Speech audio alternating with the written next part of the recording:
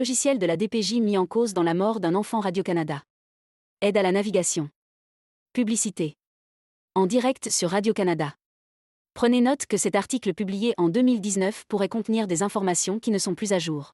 Un logiciel controversé utilisé dans toutes les DPJ du Québec aurait eu un rôle à jouer dans le décès d'un enfant au Saguenay, Lac-Saint-Jean, il y a 3 ans. C'est ce que conclut un rapport de la Commission des droits de la personne sur la mort du petit Thomas Audet, obtenu exclusivement par enquête.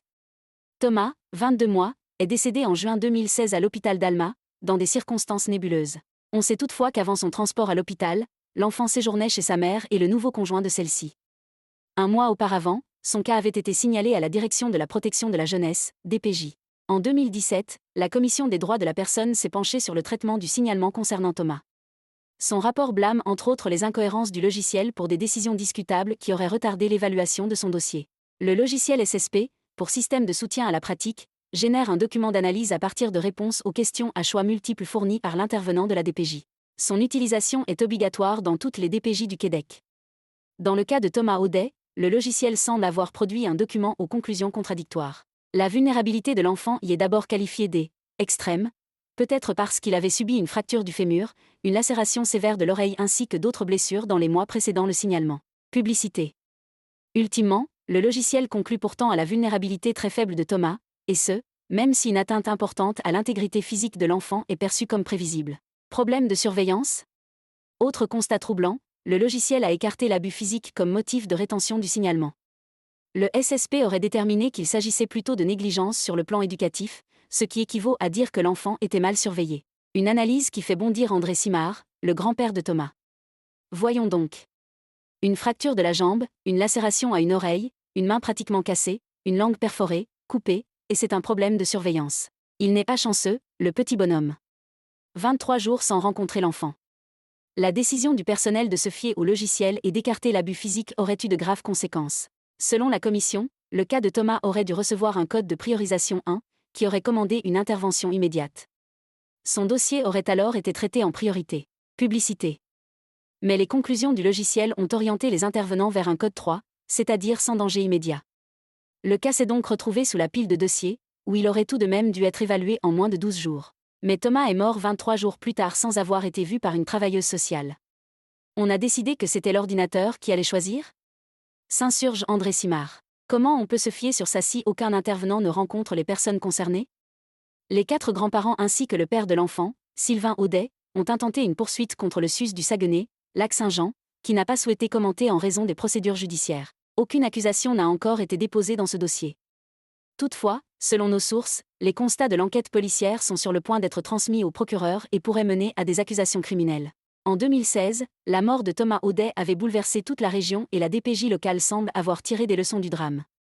Des dizaines d'intervenants ont été embauchés pour réduire les listes d'attente, qui sont aujourd'hui les moins longues au Québec. Les méthodes d'analyse ont été systématisées et la formation des intervenants, bonifiée. Le SSP toujours là.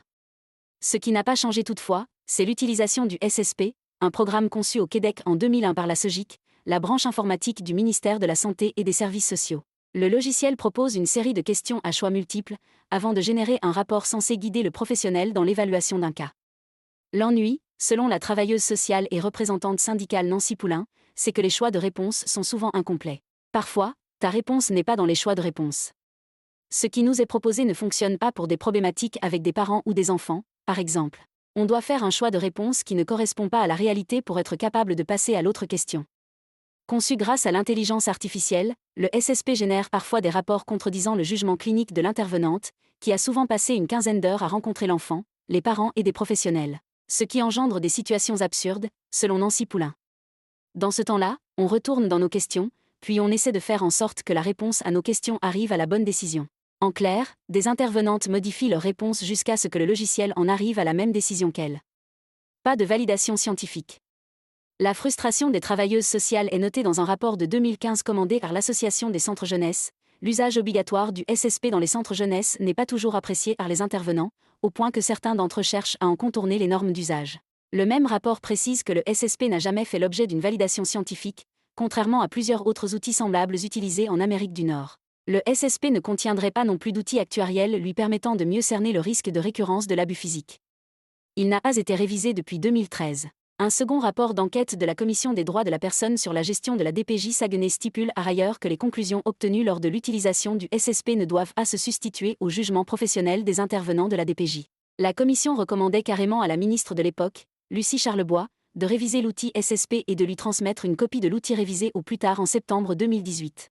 Un an après l'échéance, le SSP n'a toujours pas été modifié par le ministère de la Santé et des Services sociaux, qui affirme toutefois souhaiter le faire. L'émission Enquête diffuse un reportage dans les coulisses de la DPJ. À voir jeudi soir à 21h, HE, sur ICI Radio-Canada Télé ou sur ICI